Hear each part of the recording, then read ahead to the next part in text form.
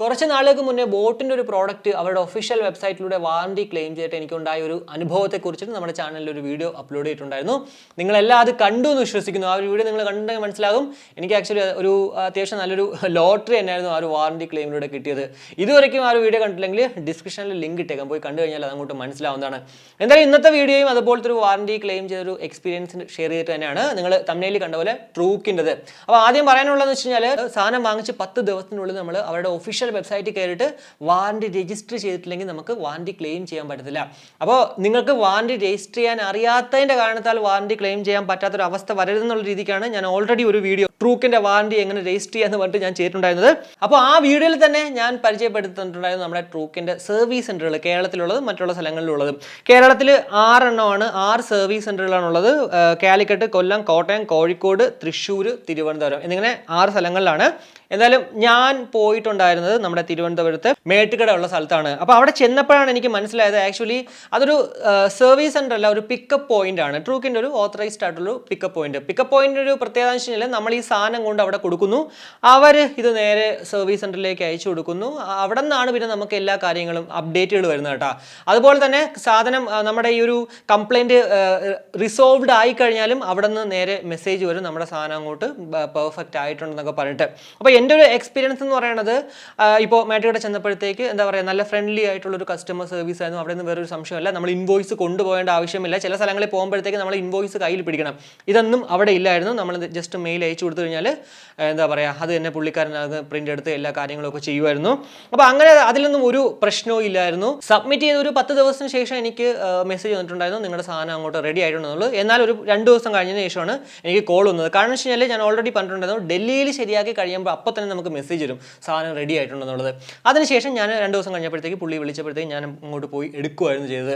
അപ്പോൾ എന്തായിരുന്നു ഞാൻ വാറണ്ടി ക്ലെയിം ചെയ്തതെന്ന് വെച്ച് കഴിഞ്ഞാൽ എൻ്റെ ട്രൂക്കിൻ്റെ BTG 3 ആയിരുന്നു. അപ്പോൾ ഇതിൻ്റെ ഇഷ്യൂ എന്ന് വെച്ച് കഴിഞ്ഞാൽ കണക്ടിവിറ്റി ഇഷ്യൂ. നമ്മുടെ ഇയർബഡുകൾ കേസിൽ വെച്ചിട്ട് എന്താ പറയുക, ഇതുപോലെ ക്ലോസ് ആക്കിയാൽ പോലും പ്രോഡക്റ്റ് ഓട്ടോമാറ്റിക്കലി റീകണക്ട് ആകുമായിരുന്നു നമ്മുടെ മൊബൈലിൽ. അപ്പോൾ അതൊരു ചെറുതല്ല വലിയ അത്യാവശ്യം നല്ല രീതിക്ക് തന്നെ ഒരു ഇഷ്യൂ തന്നെയായിരുന്നു. പലരും ഈ ഒരു ഇഷ്യൂ പറഞ്ഞിട്ടുണ്ടായിരുന്നു. നമ്മുടെ DeepZstoreലൂടെ ഈ ഒരു പ്രോഡക്റ്റ് വിൽക്കാനായിട്ട് ഇരുന്ന സമയത്താണ്, അതായത് വിൽക്കുന്നതിന് ഡീലായി പുള്ളി കാശ് അയച്ചെന്നു. കാശ് അയച്ചതിന് ശേഷമാണ് ആക്ച്വലി ഈ ഒരു സംഭവം എനിക്ക് ഉണ്ടായത് അനുഭവം. കാരണം വെച്ച് കഴിഞ്ഞാൽ പുള്ളി തന്നെയാണ് എൻ്റെ അടുത്ത് പറഞ്ഞത്, ബ്രോ ഇതുപോലെ ഒരു കണക്ടിവിറ്റി ഇഷ്യൂ ഉണ്ട്, അപ്പോൾ അതൊന്ന് ചെക്ക് ചെയ്യണമെന്ന്. ഞാൻ ആദ്യം ചെക്ക് ചെയ്ത സമയത്ത് വലിയ പ്രശ്നമൊന്നും ഉണ്ടായില്ല. കാരണം പല ഇയർബഡുകളും കേസിൽ ചാർജ് ഇല്ലെങ്കിൽ നമ്മളിപ്പോൾ ഇയർബഡുകൾ ഇതിനകത്ത് വെച്ചാൽ പോലും കണക്റ്റഡ് ആയിരിക്കും. സോ അങ്ങനെയാണെന്ന് വെച്ചിട്ട് ഞാൻ കേസ് ഒന്ന് ചാർജ് ചെയ്തപ്പോഴത്തേക്ക് ആ ഒരു ഇഷ്യൂ ആദ്യമൊന്നും ഇല്ലായിരുന്നു. പക്ഷേ രണ്ടാമത്തെ ദിവസം എനിക്ക് നല്ല രീതിക്ക് തന്നെ അനുഭവപ്പെട്ടു. ഇതുപോലെ ഡിസ്കണക്റ്റ് ആവാത്തൊരു, അല്ലെങ്കിൽ ഡിസ്കണക്റ്റ് ഞാൻ ഇതുപോലെ വെച്ചിട്ടും ആദ്യം ഡിസ്കണക്റ്റ് ആവും, പിന്നെ കുറച്ച് കഴിയുമ്പോൾ വീണ്ടും ഓട്ടോമാറ്റിക്കലി റീകണക്റ്റ് ആവുന്നൊരു അനുഭവം.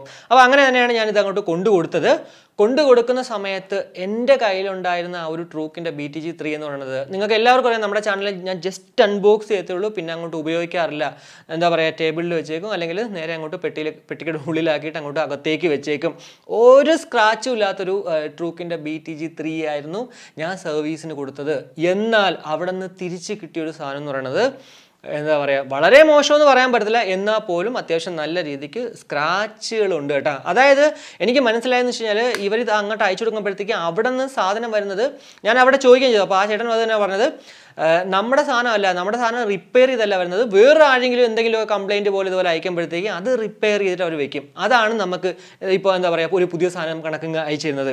എന്നാൽ നിങ്ങൾ ബോട്ടിൽ കണ്ടിട്ടുണ്ടെങ്കിൽ മനസ്സിലാകും, ബോട്ടിൽ എനിക്കൊരു പുതിയ സാധനമായിരുന്നു അയച്ചു തന്നിട്ടുണ്ടായിരുന്നു. അപ്പോൾ ഞാൻ ആ ഒരു എക്സ്പെക്ടേഷനിലാണ് ആക്ച്വലി പോയത്, പുതിയ സാധനമായിരിക്കും വരുന്നത് എന്നുള്ളത്. ഇത് സാധനം കൈ കെട്ടിക്കഴിഞ്ഞപ്പോഴാണ് ഞാൻ അന്തം വിട്ടുപോയത്. അപ്പോൾ എനിക്ക് പറയാനുള്ള സംഭവം എന്ന് വെച്ചാൽ ഒരു ബാഡ് എക്സ്പീരിയൻസ് എന്ന് വെച്ചാൽ ഇത് മാത്രമാണ്. കാരണം ഒരു ഗ്ലോസി ഫിനിഷ്ഡ് ആയിട്ടുള്ളൊരു പ്രോഡക്റ്റാണ് ഈ ഒരു ട്രൂക്ക് BTG 3 എന്ന് പറയുന്നത്. ഇതുപോലെ നമ്മൾ വളരെ എന്താ പറയുക, നല്ല ശ്രദ്ധാപൂർവം, ഇപ്പം ഞാനിപ്പോൾ യൂസ് ചെയ്തുകൊണ്ടാണ് സ്ക്രാച്ച് വരാത്തത്. ഇനി അതല്ല, നിങ്ങൾ യൂസ് ചെയ്യുന്നെങ്കിൽ പോലും അത്യാവശ്യം നല്ല രീതിക്ക് നിങ്ങൾ ശ്രദ്ധാപൂർവ്വം ഒരു സ്ക്രാച്ച് പോലും വരാത്ത രീതിക്ക് യൂസ് ചെയ്തിട്ട് ഇതുപോലെ എന്തെങ്കിലും കംപ്ലയിൻറ്റ് വരുമ്പോഴത്തേക്ക് സർവീസ് സെൻ്ററിൽ കൊണ്ടുകൊടുക്കുമ്പോഴത്തേക്ക് അവർ എന്താ പറയുക, ഒരു കൂതറ സാധനം തരുമ്പോഴത്തേക്ക് നിങ്ങളുടെ മാനസികാവസ്ഥ എന്തായിരിക്കും? ഇത് നിങ്ങൾ ജസ്റ്റ് ഒന്ന് ചിന്തിച്ച് നോക്കിയാൽ മതി. ഇതാണ് എനിക്കും ഉണ്ടായത്. അപ്പോൾ ആ ഒരു കാര്യത്തിൽ ഉറപ്പായിട്ടും എന്താ പറയുക, ഇതൊരു ആ ഒരു സർവീസിൻ്റെ കാര്യത്തിൽ വളരെ മോശമായിട്ടൊരു അനുഭവം തന്നെയാണ് എന്നെ സംബന്ധിച്ചിടത്തോളം എനിക്ക് പറയാനുള്ളത്. പക്ഷേ അതർവൈസ് ആ ഒരു കണക്ടിവിറ്റി ഇഷ്യൂ ഒന്നും ഇതുവരയ്ക്കും ഇല്ല. ഞാൻ കുറച്ച് ദിവസം യൂസ് ചെയ്യാൻ നോക്കിയിട്ടുണ്ടായിരുന്നു. കാരണം ഇത് അറിയണമല്ലോ, ഇനി ഇതുപോലെ ഇഷ്യൂസ് ഉണ്ടാവുമെന്നുള്ളത്. എന്നുള്ളത്. പിന്നെ ഒരു കാര്യമുണ്ട്, ഒരു വർഷത്തിനിടയ്ക്ക് എത്ര പ്രാവശ്യം നമുക്ക് ഇഷ്യൂ വന്നാലും കുഴപ്പമില്ല, സാധനം കൊണ്ട് കൊടുത്തു കഴിഞ്ഞാൽ മതി. കാരണം ഞാൻ ആദ്യം ഇതുപോലെ അവിടെ സർവീസ് സെന്ററിൽ വെച്ചിട്ട് ഞാൻ കണക്ട് ചെയ്ത് നോക്കിയപ്പോഴത്തേക്ക് വീണ്ടും ആ ഒരു ഇഷ്യൂ കണക്ക് ഫീൽ ചെയ്തിട്ടുണ്ടായിരുന്നു. അപ്പോൾ പുള്ളിയാണ് പറഞ്ഞത് കുഴപ്പമില്ല, വീട്ടിൽ കൊണ്ടുപോയിട്ട് ഒരു 100% കേസ് ഒന്ന് ചാർജ് ചെയ്തിട്ടൊന്ന് ട്രൈ ചെയ്ത് നോക്കൂ, അതിനുശേഷം എന്തെങ്കിലും ഉണ്ടെങ്കിൽ വീണ്ടും കൊണ്ടുവന്ന് കഴിഞ്ഞാൽ നമുക്കത് വീണ്ടും ക്ലെയിം ചെയ്യാന്നുള്ളത്. അപ്പോൾ ആ ഒരു കസ്റ്റമർ സപ്പോർട്ട് എന്ന് പറയുന്നത് നമ്മൾ നേരിട്ട് പോയി സംസാരിക്കുന്ന അവിടുത്തെ സംബന്ധിച്ചിടത്തോളം അത്യാവശ്യം എന്താ പറയുക, ഞാൻ 100% സാറ്റിസ്ഫൈഡ് ആയിരുന്നു. പുള്ളിക്ക് വേറെ ഒരു കുഴപ്പമില്ല. എന്തായാലും ട്രൂക്കിൻ്റെ ഒഫീഷ്യൽ ആ ഒരു ഡൽഹി പോയിട്ട് വന്നപ്പോഴത്തേക്ക് എന്തായാലും കിട്ടിയ സാധനം എന്ന് പറയുന്നത് അത്യാവശ്യം നല്ലൊരു സ്ക്രാച്ച് തന്നെയാണ്. എന്തായാലും പുള്ളി മറ്റൊരു കാര്യം പറഞ്ഞു വെച്ച് കഴിഞ്ഞാൽ മറ്റുള്ള കാസർഗോഡ് നിന്നും അവിടെ നിന്ന് ഇവിടെ നിന്നൊക്കെ തന്നെ കണ്ണൂരിൽ നിന്നൊക്കെ വിളിക്കുന്നുണ്ടെന്നാണ് പറയുന്നത്. അതായത് പുള്ളിയുടെ കോൺടാക്ട് നമ്പർ എടുത്തിട്ട് ഇപ്പോൾ അവിടെ നമ്മുടെ ഒഫീഷ്യൽ വെബ്സൈറ്റിലുണ്ടല്ലോ, അതിൽ നിന്ന് എടുത്തിട്ട് അവരെ വിളിച്ചിട്ട് എന്താ പറയുക ഇങ്ങോട്ട് അയച്ചു കൊടുക്കും. പുള്ളി എന്നിട്ട് നേരെ അങ്ങോട്ട് ട്രൂക്കിലേക്ക് അയച്ചു കൊടുക്കും. എന്തായാലും അതൊക്കെ തന്നെ നിങ്ങൾ ഒന്ന് വിളിച്ച് ഡീൽ ചെയ്യുക. പിന്നെ നമ്മുടെ ട്രിവാൻഡ്രത്തെ സർവീസ് സെൻ്റർ ലൊക്കേഷൻ ഞാൻ അങ്ങോട്ട് ഇവിടെ നമ്മുടെ ഡിസ്ക്രിപ്ഷനിൽ ഇട്ടേക്കാം. നിങ്ങൾക്ക് ഈ തിരുവനന്തപുരത്തുള്ള അല്ലെങ്കിൽ കൊല്ലത്തുള്ളവരൊക്കെ ആണെങ്കിൽ ഉറപ്പായിട്ടും കൊല്ലത്ത് സർവീസ് സെൻ്ററിൽ പോയിട്ട് എന്താ പറയുക ബാഡ് അനുഭവങ്ങളാണ് കിട്ടിയത്, അല്ലെങ്കിൽ അവിടെ ഇനി എടുക്കുന്നില്ല, കോൾ വിളിച്ചിട്ട് എടുക്കുന്നില്ല, ലൊക്കേഷൻ അറിയാൻ വയ്യെങ്കിൽ ഉറപ്പായിട്ടും ഇവിടെ വന്നിട്ട് നിങ്ങൾക്ക് കൊടുക്കാവുന്നതാണ്. തിരുവനന്തപുരത്തുള്ളവർക്കും ഉറപ്പായിട്ടും ആ ലൊക്കേഷനിലേക്ക് പോയിട്ട് സാധനങ്ങൾ കൊടുക്കാവുന്നതാണ്. അപ്പോൾ എന്തായാലും ഈ ഒരു വീഡിയോയിലൂടെ ട്രൂക്കിൻ്റെ വാറണ്ടി ക്ലെയിം ചെയ്തതിൻ്റെ ഒരു എക്സ്പീരിയൻസ് നിങ്ങൾക്ക് മനസ്സിലായി എന്ന് വിശ്വസിക്കുന്നു. ഈ വീഡിയോ ഇഷ്ടപ്പെട്ടെങ്കിൽ നമ്മുടെ ഫാമിലിയായിട്ടും ഫ്രണ്ട്സുമായിട്ട് ജസ്റ്റ് ഷെയർ ചെയ്യുക, കൂടുതൽ ലൈക്ക് ചെയ്യാനും കമൻറ്റ് ചെയ്യാനും മറക്കണം. ഇനി സബ്സ്ക്രൈബ് ചെയ്തിട്ടില്ലെങ്കിൽ ഉറപ്പായിട്ടും സബ്സ്ക്രൈബ് ചെയ്യുക. അപ്പോൾ മറ്റൊരു വീഡിയോ കാണുമ്പോഴേക്കും ബൈ.